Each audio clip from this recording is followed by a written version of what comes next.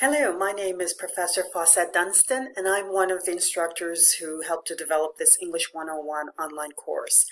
Today we're going to do a brief overview of one of the modules. And this particular module is called the Education module, so I'm going to go and find it. In order to get there, you'll go to the Learning Modules once you have logged on to the course, and you'll scroll down to the name, which is Education, or EDUC module for short. Once you've clicked on it, a page should come up, and you will find some information about how to navigate through the course. You'll see a little bit about the objectives for this particular course. Here's a navigational kind of folder, or grid, I should say. The left side has some of the assignments that are going to be graded, and the right side tells you how to get there.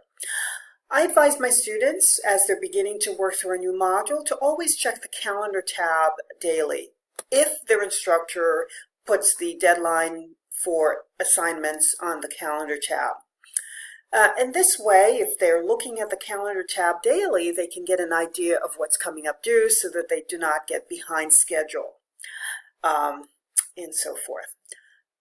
Not every instructor puts the information on the calendar tab, but if your instructor does that, you may feel free to look at the calendar tab daily to find the due dates.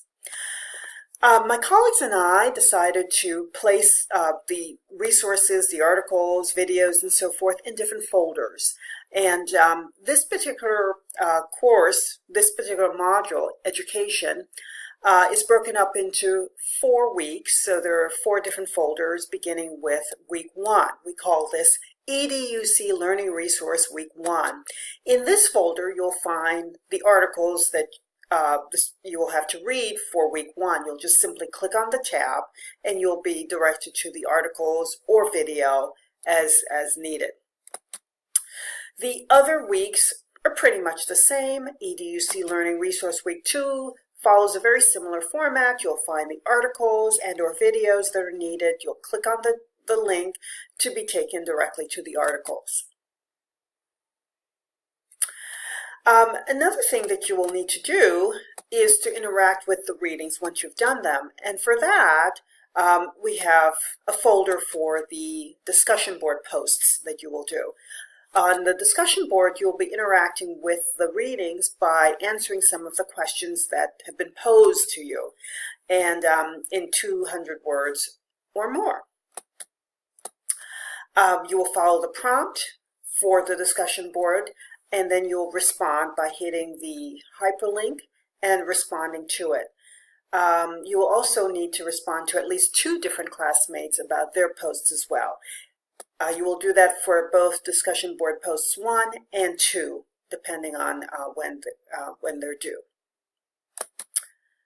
Finally, at the end of the module, week 4, at the end of week 4, you will be required to write an education essay based upon the readings and upon the research that you will do.